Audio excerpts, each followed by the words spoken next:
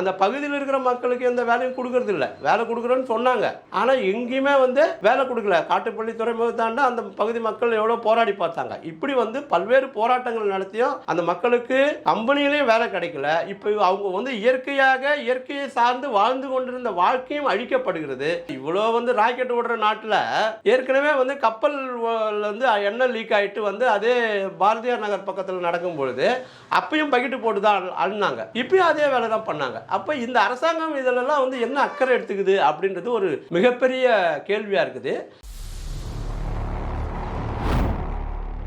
இப்போ சமீபத்தில் எண்ணூர் கடற்கரை ஒட்டி இருக்கிற கொரமாண்டல் ஃபெர்டிலைசர் நிறுவனத்திலிருந்து அம்மோனியா கேஸ் லீக்குனால அங்கே பக்கத்தில் இருக்கிற சின்ன குப்பம் பெரிய குப்பத்தில் இருக்கிற மக்கள், அது பக்கம் தாழங்குப்பம் நெட்டுக்குப்பத்தில் இருக்கிற மக்கள், அது பகுதியில் இருக்கிற அசோக் லேலண்டு எண்ணூர் ஃபவுண்ட்ரிஸ் இது மாதிரி கம்பெனிகளில் இருக்கிற மக்கள், எண்ணூர் கத்திவாக்கத்தில் இருக்கிற மக்கள், இவங்களுக்கெல்லாம் வந்து பாதிப்பு ஏற்பட்டிருக்குது. உடனடியான பாதிப்புன்னு சொன்னால் அந்த சின்ன குப்பம் பெரிய குப்பம் ஜனங்க வந்து அன்னைக்கு நைட்டு 10:45 மணிக்கு திடீர்னு வந்து கண்ணெரிச்சல், வாந்தி, மயக்கம், தலை சுத்தல், இப்படி வந்து பயங்கரமான விளைவுகளில் அந்த மக்கள் வந்து பயந்து போய் எழுந்து ஊரை விட்டே காலி பண்ணுற நிலைமை ஆச்சு. கிட்டத்தட்ட 30-40 பேர் வந்து ஆஸ்பத்திரியில் அட்மிட் ஆகிட்டு அவங்க ரிலீஃப் ஆகிற நிலைமை இதாச்சு. பார்த்து அவங்க வந்து எழுந்து போகலன்னா ஒரு போபால் மாதிரியான ஒரு நிலைமை கூட அங்கே உருவாயிருக்கும்னு சொல்கிறாங்க. ஏன்னா மக்கள் வந்து ஒரு நடுராத்திரி ஒரு 11 மணிக்கு மேலேனா நல்லா தூங்கி இருப்பாங்க. இப்போ அந்த மாதிரி நேரத்தில் இந்த மாதிரி ஒரு லீக் ஆயிருந்ததுன்னு சொன்னால் அது வந்து அவங்கள வந்து இன்னும் கடுமையாக பாதிக்கப்பட்டு மூச்சுத்திறல் ஏற்பட்டு உயிர் சேதம் கூட ஏற்பட்டிருக்கலாம்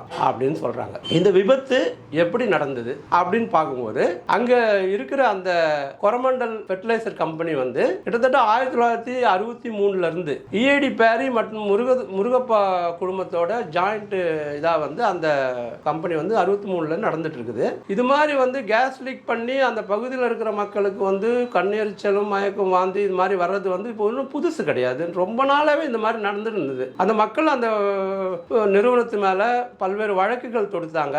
ஆனால் அந்த நிறுவனம் வந்து என்ன சொல்லிச்சுன்னா இது மாதிரி வந்து நாங்கள் எப்பயோ ஆரம்பித்தோம், அதனால வந்து இவங்கெல்லாம் வந்து இப்போ குடியேறினவங்க அப்படின்ற மாதிரியெல்லாம் அவங்க வாதிட்டு இது பண்ணி இவ்வளோ நாள் கடத்திட்டு வராங்க. ஆனால் உண்மை என்னன்னு கேட்டால் அங்கே இருக்கிற கடற்கரை ஓரத்து மக்கள் வந்து பல தலைமுறைகளாக அங்கே வாழ்கிறவங்க தான். அவங்க ஒன்றும் புதுசாக வந்து குடியேறினவங்க கிடையாது. கம்பெனிகள் வேணால் புதுசாக வந்திருக்கலாம். ஆனால் இப்போ என்ன குறிப்பாக நடந்ததுன்னா எண்ணூர் துறைமுகத்திலிருந்து அந்த நிறுவனத்துக்கு அமோனியா கேஸ் வந்து நேரடியாக கடல் வழியாக கடலுக்கு அடியில் குழாய் மூலமாக வந்து அங்கே வந்து கேஸ் ஃபில்லப் பண்ணியிருக்கிறாங்க. இது வந்து நடுவில் கடலுக்கு நடுவில் லீக்கேஜ் ஆகிருக்குது. அந்த லீக்கேஜ் தான் வந்து இந்த மாதிரி வந்து ஒரு பெரிய பாதிப்பை உருவாக்கி இருக்குது. அது குறிப்பாக என்னன்னு கேட்டிங்கன்னா மாசு கட்டுப்பாட்டு வாரியத்துக்கு தகவல் போய் 11 மணிக்கு மேலே 11:30 மணிக்கு மேலே வந்து தகவல் போயிட்டு அவங்க வந்து 1:30 மணிக்கு செக் பண்ணும்பொழுது அங்கே வந்து தொழிற்சாலை பக்கத்தில் காற்று வெளியில் செக் பண்ணும் பொழுது அனுமதிக்கப்பட்ட அளவு வந்து கியூபிக் மீட்டருக்கு 400 மில்லிகிராம் தான் இருக்கணும்.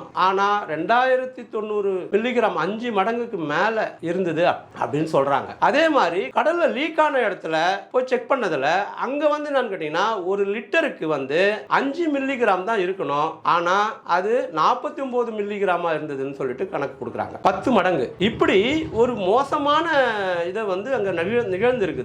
அந்த கடல்ல ஏற்பட்ட இதனால அங்க இருக்கிற மீன்கள் செத்து மிதந்து இருக்குது. கடல் வந்து கண்டாமினேட் ஆயிடுச்சு, அதாவது மாசுபட்டுச்சு கடல் அந்த பகுதியில். இப்போ இப்படி வந்து ஒரு பேர் அபாயத்தை வந்து இது மாதிரி இந்த நிறுவனம் வந்து இப்போ சொல்றாங்க தமிழ்நாடு அரசாங்கம் வந்து நாங்கள் வந்து உற்பத்தியை நிறுத்த சொல்லிட்டோம், அந்த கம்பெனியை மூட சொல்லிட்டோம், கடல்சார் நிறுவனமும் மாசு கட்டுப்பாட்டு வாரியமும் அனுமதி கொடுத்த பின்னாடி வந்து அதை பற்றி என்னன்னு பார்க்கலாம் அப்படின்னு சொல்லியிருக்கிறதா சொல்றாங்க. ஆனால் இது இன்னைக்கு வந்த பிரச்சனை இல்லை, நீண்ட நெடுங்காலமாக அந்த மக்கள் அதுக்காக போராடின்னு வராங்க. இந்த கம்பெனி வந்து எங்களுக்கு ரொம்ப தொந்தரவா இருக்குது அப்படின்னு சொல்லிட்டு அந்த பகுதியில் இருக்கிற மக்கள். ஆனால் இந்த அரசு கண்டுக்கல. இப்பயாவது வந்து அதுக்கு சரியான முடிவை இந்த அரசு எடுக்கணும் அப்படின்றது தான். மக்கள் வாழும் பகுதியில் இந்த மாதிரி கெமிக்கல் கம்பெனிகளை பயன்படுத்தும் பொழுது அதை எப்படி வந்து, அதாவது மாசு கட்டுப்பாட்டு வாரியம்னு ஒன்று இருக்குது, இது இந்த மாதிரி கெமிக்கல் கம்பெனி குறிப்பாக வந்து அடிக்கடி போய் ஆய்வு செய்யணும். அப்படி எதுவுமே செய்யறது இல்லை. அதனால வர விளைவு தான் இது. இப்போ பார்த்தீங்கன்னா ஒரு கடந்த டிசம்பர் 4ஆம் தேதி டிபிசிஎல் கம்பெனியிலேருந்து மழை பெஞ்சு புயல் அடிச்சது இல்லைங்களா, மிக்ஜாம் புயல். அந்த மிக்ஜாம் புயல் வந்து வெள்ளம் வந்து அந்த எண்ணூர் எர்ணாவூர் பகுதிகளில் அந்த கழிமுகம், அதாவது கொசஸ்தலையாரும் பக்கிங்ஹாம் கனால் வந்து சிபிசிஎல் பின்னாடி பக்கிங்ஹாம் கனால் இருக்குது. அந்த பக்கிங்ஹாம் கனால் வந்து அந்த எண்ணூர் கிரீக்கில் சேருது. அது இல்லாமல் கொசஸ்தலையாறு வந்து சேருது. இப்படி ஒரு கழிமுக பகுதி, எண்ணூர் கழிமுக பகுதியில் அங்கே கடலில் தண்ணி கலக்கிற இடத்துல இந்த மழையால் ஏற்பட்ட வெள்ளத்தோடு பார்த்தீங்கன்னா ஏகப்பட்ட ஆயில் வந்து படிஞ்சு போச்சு. கடற்கரை அந்த முழுக்க அந்த ஆற்றங்கரை ஓரம், கடற்கரை ஓரமெல்லாம் வந்து பார்த்தீங்கன்னா எண்ணெய் படிவுகள் அதிகமாக இருந்தது. அந்த வெள்ளம் அந்த பக்கிங்ஹாம் கனால் நிறைஞ்சி வழிஞ்சி அந்த தண்ணி வந்து அங்கே இருந்த வீடுகள்லாம் வந்து எர்ணாவூர் பகுதிகளில் இருக்கிற வீடுகளெல்லாம் நுழைஞ்சது. பார்த்தீங்கன்னா முழுக்க முழுக்க எல்லா வீடுகள்லையும் ஆயில் வந்து கிட்டத்தட்ட முழுக்க படிஞ்சு போச்சு. அவங்க கிளீன் பண்ணுறது பெரிய சிக்கலாக மாறி ஒரு துர்நாற்றமாக வீசிச்சு.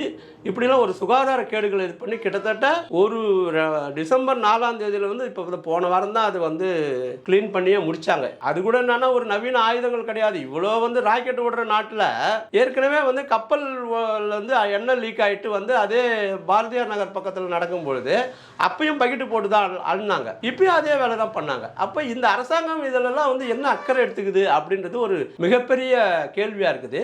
இந்த எண்ணெய் பரவுனதில் பார்த்தீங்கன்னா வெறும் தண்ணியில் வந்து வீடுகளில் வந்து பூந்தது, அதனால எண்ணெய் இதாச்சுன்னு மட்டும் இல்லை, அதனால வந்து அங்கே இருக்கிற மீன்கள் பாதிக்கப்பட்டு மீன்கள் செத்து போச்சு. பறவைகள், அங்கே இருக்கிற நிறைய பறவைகளை வந்து வந்து சேர அந்த பறவைகள் வந்து எண்ணெயில் மாட்டிக்கிட்டு ரொம்ப இறந்து போச்சுங்க.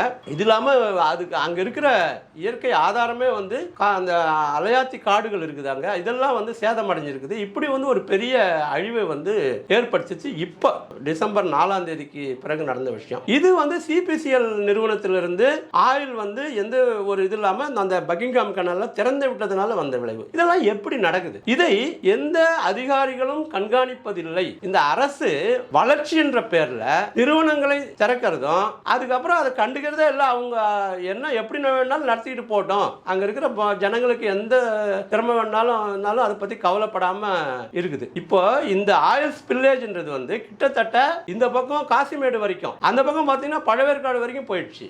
இப்போ அந்த ஆயில் ஸ்பில்லேஜின் காரணமாக எப்படி அவங்களுக்கு வாழ்வாதாரம் உடனடியாக வந்து தண்ணி வீட்டில் பூந்தது, ஆயில் இது பண்ணாச்சு, அதனால பொருட்கள்லாம் பாதிக்கப்பட்டதுன்றது மட்டும் இல்லை, கடலில் இந்த ஆயில் கலந்ததுனால மீன்கள் செத்தது ஒரு பக்கம். இன்னும் இருக்கிற மீன்களை வந்து பிடிச்சின்னு வந்து அவங்க வியாபாரத்துக்கு கொண்டு வந்தாலும் மக்கள் வந்து அந்த ஆயில் நுகர்ந்த அந்த மீன்களை சாப்பிட்றதுக்கு வந்து ரொம்ப தயங்குறாங்க. அதனால வந்து அவங்க கடலுக்கு போய் பிடிச்சின்னு வந்தா கூட அது வியாபாரம் ஆகிறது இல்லை. அவங்க என்ன சொல்றாங்க, அப்போ நாங்கள் எதுக்கு கடலுக்கு போனோம், அதனால எங்களுடைய வாழ்வாதாரமே சுத்தமாக பாதிச்சிருச்சு அப்படின்னு சொல்லிட்டு கிட்டத்தட்ட காசிமேட்ல இருந்து பழவேற்காடு வரைக்கும் இந்த நிலைமையை உருவாக்கி இருக்குது. இது ஒரு பிரச்சனை. ஏற்கனவே பார்த்தீங்கன்னா அங்க வந்து அனல் மின் நிலையம், அந்த கழிமுக பகுதியை சுற்றி ஒரு பக்கம் வடசென்னை அனல் மின் நிலையம், இன்னொரு பக்கம் வல்லூர் அனல் மின் நிலையம், அப்புறம் அந்தாண்ட காமராஜ் துறைமுகம், அதுக்கப்புறம் காட்டுப்பள்ளி அதானி துறைமுகம், இப்படி வந்து பல்வேறு தொழிற்சாலைகள் உருவாக்கி இந்த அனல் மின் நிலையங்கள் எதுக்கு அங்க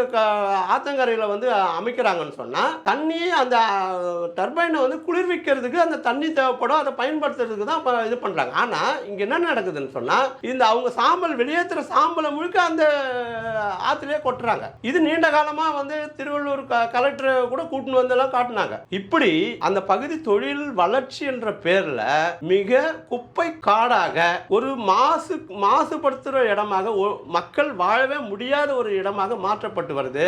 அங்கே இருக்கிற இயற்கை வளங்கள் அழிக்கப்படுது அப்படின்றது தான் இப்போ இந்த விஷயத்தில் நாம் புரிஞ்சிக்க வேண்டியதாக இருக்குது. இது எப்படி தீர்க்கிறது? கம்பெனியை வந்து வராத அப்படின்னு சொல்கிறது வந்து சில பேர் சொல்கிறாங்க. அது நம்மளை பொறுத்தளவுக்கு வந்து அப்படி அது தீர்வு ஆயிடாதுன்னு நம்ம பார்க்குறோம். ஏன்னா பல்வேறு வளர்ச்சிகள் தேவைப்படுதுன்னு சொன்னால் அந்த வளர்ச்சிகளை திட்டமிட்டு அரசு வந்து ஒழுங்குபடுத்தணும். அதுக்கு தான் மாசு கட்டுப்பாட்டு வாரியம், அதுக்கு தான் பசுமை தீர்ப்பாயம், ஏகப்பட்ட சுற்றுச்சூழல் அமைப்பு நிறுவனங்கள்லாம் வச்சிருக்கிறாங்க அரசாங்கம். ஆனால் எதையுமே இவங்க வந்து கண்காணிக்கிறது இல்லை. அந்த அனுமதி கொடுக்கறதோடு சரி, அவன் என்ன வேணாலும் செய்யலாம் அந்த கம்பெனிக்காரன்ற நிலைமையில தான் வந்து அங்க நீடிக்குது. அதனால் இந்த அரசு உடனடியாக இந்த விஷயங்களை வந்து ஒரு அபாயகரமான விஷயமா கருதி அதை ஆய்வு நடத்துறது இல்லாமல் அந்த மக்களுக்கு வாழ்வாதாரத்தை உருவாக்கி கொடுக்கணும் அப்படின்றத நம்ம கேட்டுக்கிறோம். இது மிக அவசியமானது.